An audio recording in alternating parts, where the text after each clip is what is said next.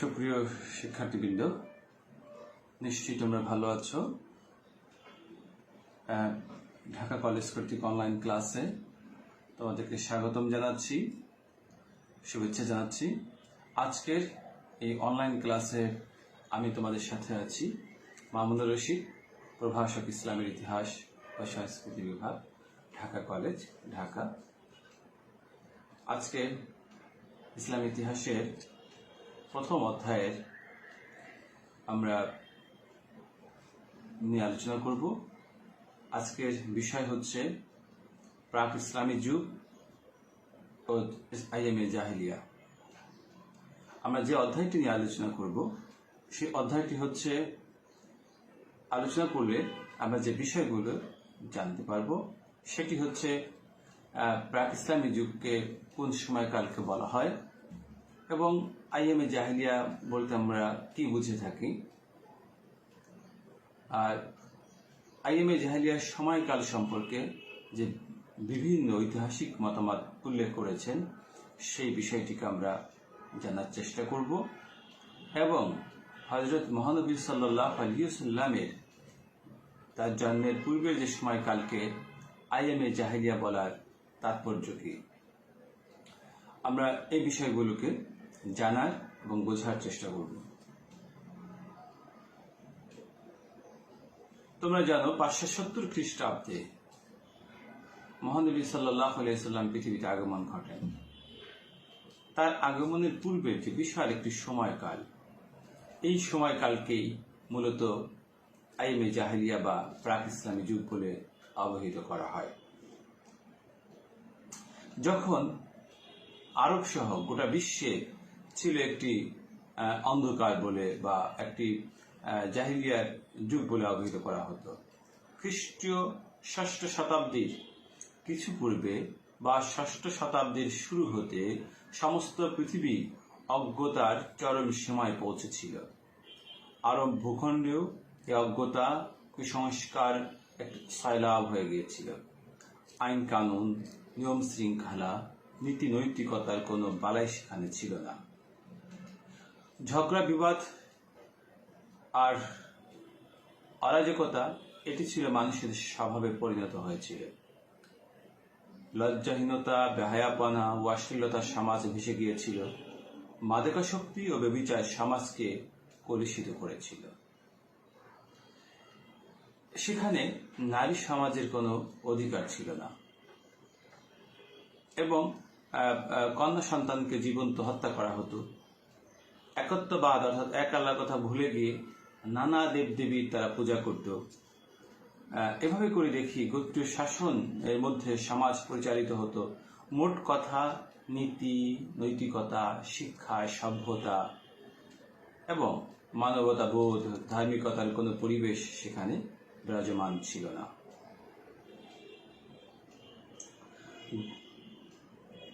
সুস্থ পরিবেশ ছিল না, অর্থাৎ আর্থসামাজিক বা রাজনৈতিক জীবনেও। তবে আরবদের জীবনে কিছু প্রশংসনীয় দিক ছিল। তাদের ভাষা ছিল সমৃদ্ধ, কাব্যচর্চা, আতিথেয়তা ও নির্ভুকতায় আরবরা ছিলেন ঠিক অসাধারণ। কিন্তু হযরত মুহাম্মদ সাল্লাল্লাহু আলাইহি ওয়াসাল্লামের আবির্ভাবেও তার শিক্ষায় ও আমানিশা তার শিক্ষায় এই অবস্থার পরিবর্তন ঘটে। আর সত্য সুন্দরে নতুন আলয় আরব সহ গোটা বিশ্বে উদ্ভাসিত হয়ে ওঠে এক নবযুগ। ফলে আমরা বুঝতে পারলাম যে এই যে অবস্থাটির কথা আমরা এতক্ষণ আলোচনা করলাম, এটি ছিল প্রাক ইসলামী আরবের একটি সাধারণ অবস্থা। এই যে অবস্থা, এই অবস্থাকে আরব ইতিহাসে এই সময়কালকে বলা হতো আইয়ামে জাহেলিয়া। তাহলে আইয়াম শব্দের অর্থ হচ্ছে যুগ, সময়, টাইম। আর জাহেলিয়া শব্দের অর্থ ছিল যে অজ্ঞতা, যাকে বা অন্ধকার একটি সময়। তাহলে আইয়াম ই জাহেলিয়া শব্দের অর্থ হচ্ছে অন্ধকারের যুগ, দ্য এজ অফ ইগনোরেন্স বা অজ্ঞতার যুগ, দ্য এজ অফ ডার্কনেস বা অন্ধকারের যুগ। সুতরাং আইয়ামে জাহেলিয়া বলতে বোঝানো হয়েছে যে অজ্ঞতা বা অন্ধকার একটি সময়। পিকে হিট্টি আরব জাতির ইতিহাস গ্রন্থে বলেছেন, প্রকৃতপক্ষে জাহিলিয়া বলতে সেই যুগকে বোঝানো হয় যেই যুগে আরবের কোনো নিয়ম কানুন ছিল না এবং কোনো নবীর সেখানে আবির্ভাব ঘটেনি এবং সেখানে কোনো ঐশী কিতাব বা আসমানি কিতাব সেখানে নাজিল হয়নি। এখন আমরা আলোচনা করব বা জানার চেষ্টা করব যে আইয়ামে জাহেলিয়ার সময়কালটি কখন। এটা নিয়ে বিভিন্ন আমরা বলেছিলাম যে আইয়ামে জাহেলিয়ার সময়কাল নিয়ে ঐতিহাসিকদের মধ্যে একটি মতভেদ বা ভিন্ন ভিন্ন মত পরিলক্ষিত হয়, সেটি দেখব। বিভিন্ন ঐতিহাসিকগণ ভিন্ন ভিন্ন মত দিয়েছেন। বিভিন্ন ঐতিহাসিকগণ যে মত দিয়েছেন তার মধ্যে একটি মত হচ্ছে এরকম যে হযরত আদম আলাইহিস সালামের সৃষ্টিকাল হতে হযরত মহানবী সাল্লাল্লাহু আলাইহি ওয়াসাল্লামের জন্মের পূর্ব পর্যন্ত বা নবুয়তের পূর্ব পর্যন্ত এই যে দীর্ঘ সময়কে আইয়ামে জাহেলিয়া বলা হয়। কিন্তু এই মতবাদ তেমন গ্রহণযোগ্য হয়নি, কারণ এই দীর্ঘ সময় বিপদগামী মানুষকে সঠিক পথ ফিরিয়ে আনার জন্য অনেক রাসূল এবং নবীদের অবদান রয়েছে। তবে কতিপয় কিছু ঐতিহাসিকগণ বলেন হযরত ঈসা আলাইহিস সালামের ইন্তেকালের পর থেকে ইসলামের আবির্ভাবের পর্যন্ত এই যে দীর্ঘ সময়কালকেই আইয়ামে জাহেলিয়া বা অন্ধকারের যুগ বলে অভিহিত করা হয়। তবে এই অভিমতকে আংশিক গ্রহণযোগ্য বলে মনে করা হয়। হিস্ট্রি অফ দ্য আরবসে ইংরেজি ঐতিহাসিক ফিলিপ কে হিট্টি তিনি আরেকটি মত ব্যক্ত করেছেন যে ইসলামের আবির্ভাবের পূর্ববর্তী 1 শতাব্দী কালকে আইয়ামে জাহেলিয়া বলে উল্লেখ করেছেন। এই অন্ধকার যুগের ব্যক্তিকাল সম্পর্কে এই মতটি সর্বাধিক গ্রহণযোগ্য বলে ঐতিহাসিকরা গ্রহণ করেছেন। এই সময় আরব দেশে দুর্নীতি কুসংস্কার পরিচালিত ছিল এবং এই যুগেই তাদের রাজনৈতিক, সামাজিক, অর্থনৈতিক ও ধর্মীয় অধঃপতনের পর্যায়ে উপনীত হয়েছিল বলে একে অন্ধকারের যুগ বলা হয়ে থাকে। আমরা ইতিহাস বিশ্লেষণ করলে বুঝতে পারি যে দক্ষিণ আরব কিন্তু জ্ঞান গরিমায় তারা উন্নত ছিল। আমরা এতক্ষণ যে কথাগুলো আরব ইতিহাসকে বিশ্লেষণ করলে দেখা যায় যে আরবের দুটি অংশ ছিল, একটি দক্ষিণ আরব আর একটি উত্তর আরব। ফলে কি দক্ষিণ আরবের জ্ঞান গরিমায় উন্নত ছিল এবং তারা সাহিত্য, সংস্কৃতি, ঐতিহ্য, চেতনা সহ নানা সদ্গুণাবলীর অধিকারী ছিল। তবে উত্তর আরব ও মধ্য আরবের হেজাজ ও তৎসংলগ্ন এলাকা ইসলামের আবির্ভাবের পূর্ব পর্যন্ত একটি অজ্ঞতা বা অন্ধকারে নিমজ্জিত ছিল। আন্তর্জাতিক কার্যকলাপে তারা কোনো খ্যাতি অর্জন করতে পারেনি। উক্ত অঞ্চলের পরিবেশ ও পরিস্থিতি বিবেচনা করেই আইয়ামে জাহেলিয়া সংজ্ঞাকে নির্ধারিত হয়েছে। তবে প্রকৃত অর্থে জাহেলি যুগ বলতে বোঝায় আরবে সেই সময়কালকে যখন সেখানে কোনো নবী রাসূল এর আবির্ভাব ঘটেনি বা কোনো ঐশী কিতাব সেখানে নাজিল হয়নি। ফলে সমাজ সংস্কারের অভাবে অন্যায়, অবিচার, ধর্মীয় কুসংস্কার ইত্যাদি নানা অনাচারে ছেয়ে গিয়েছিল। এক কথা বলা যায় এই অন্ধকার, এই অব্যবস্থাপনা, অন্যায় বিচারের মধ্যে নিমজ্জিত যে সময়টি ছিল, এই সময়কালকেই ইতিহাসে আইয়ামে জাহেলিয়া বলে পরিচিতি লাভ করেন। সুপ্রিয় শিক্ষার্থীবৃন্দ, তোমরা জানো যে এই ইসলাম পূর্বের যুগে আরবের অনেকগুলো অবস্থা আমরা সেখানে দেখতে পাই।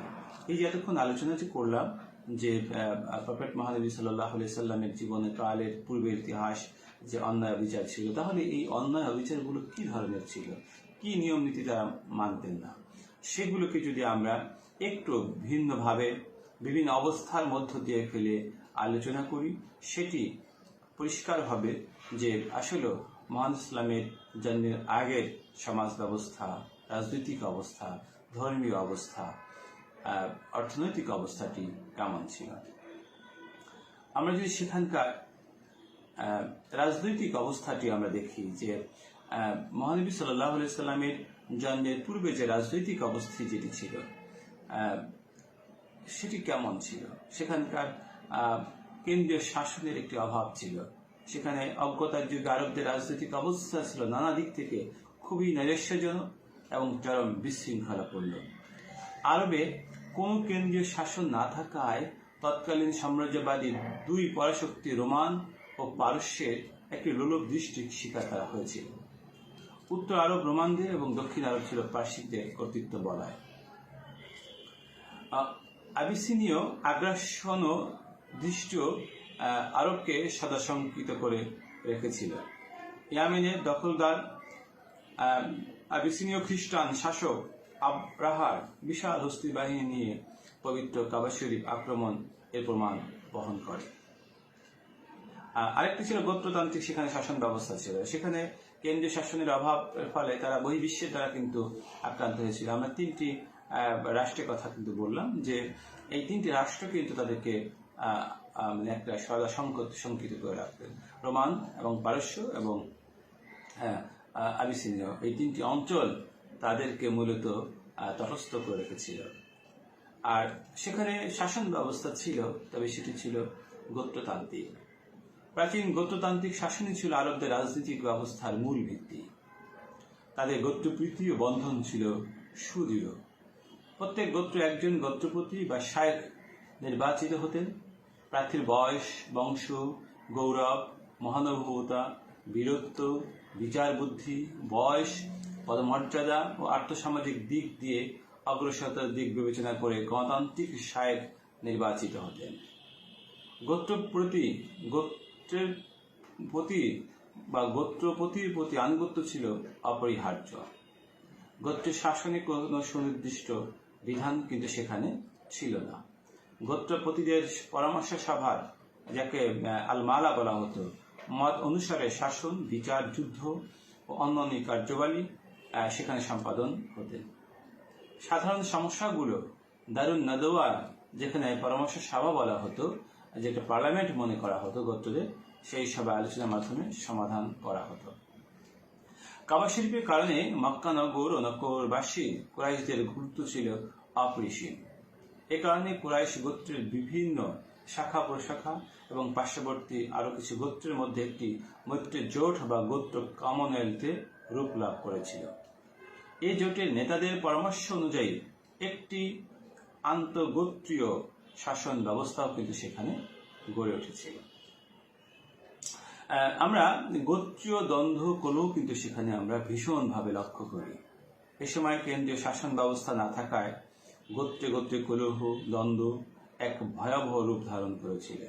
গোত্রের মান, সম্ভ্রম ও স্বার্থ রক্ষার জন্য সদস্যগণ জীবন পর্যন্ত বিসর্জন দিতেন। এই গোত্র কলহ ও বিসংবাদ কখনো বংশানুক্রমিকভাবে চলত। তাদের ছিল ব্লাড ফর ব্লাড, খুনের বদলে খুন। এ ধারা রক্তক্ষয়ী যুদ্ধে জড়িয়ে পড়ত বছরের পর বছর। গোত্রে গোত্রে যুদ্ধের ভয়াবহ দিনগুলো আইয়ামুল আরব বলা হতো। ঐতিহাসিক গিবন তার অভিমত ব্যক্ত করেছেন এভাবে যে অন্ধকার যুগে আরবে গোত্রীয় দ্বন্দ্বের কারণে 1700-1700 যুদ্ধ সংঘটিত হয়েছিল।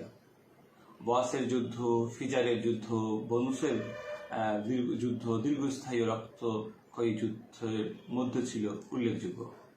উটকে পানি খাওয়ানোর সামান্য ঘটনাকে কেন্দ্র করেও বনু বকর এবং বনু তকলিব গোত্রের মধ্যে সুদীর্ঘ 40 বছর ব্যাপী যুদ্ধ হয়েছিল। আমরা তো আগেই বলেছি যে সেখানে রাজনৈতিক কোনো ঐক্য ছিল না।